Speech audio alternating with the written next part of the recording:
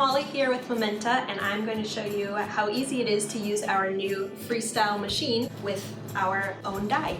So today I'm going to make some star confetti, and I'm going to be using our watercolor paper that I've painted with our metallic watercolor paint. You can also use the dye machine with waterproof paper and alcohol ink art. You can use cardstock, glitter paper, all kinds of paper surfaces work great.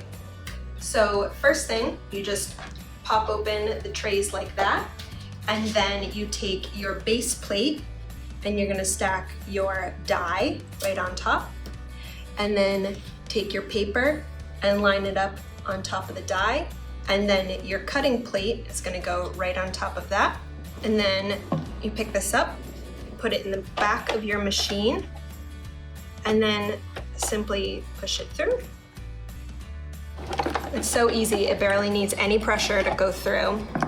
So lift your plate, and then got a bunch of really cool star confetti that you can use for any kind of mixed media project, paintings, scrapbooking, and you also have a cutout of the star shapes like that. And there you go, it's super easy.